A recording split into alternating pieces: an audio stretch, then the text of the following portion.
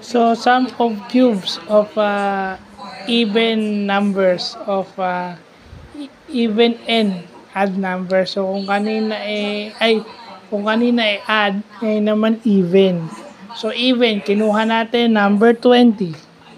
Kasi even. So, more than 1 in itself. Diba? So, ang factor. So, formula is 2n times n plus 1 squared. So, kinuha natin 20. So, 2 times 20 squared plus times 20 plus 1 squared. So, 2 times 400 times 21 squared is 441. So 2 times 200 is 400. 400 times 441 is 176,400. So, yan. Sa mga quiz B, manual kasi ito kino-compute. Pero since gumamit tayo ng calculator, ito yung pang-contest at saka pang-classroom.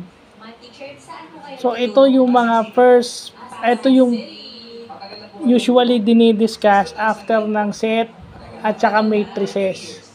Pagkatapos ng sets and matrices sa discrete, ito na yung susunod. Kasi dito makikita yung fundamentals of computing and counting numbers na importante sa computers. So, importante yan sa mga, kaya nang sinabi ko, random, di ba?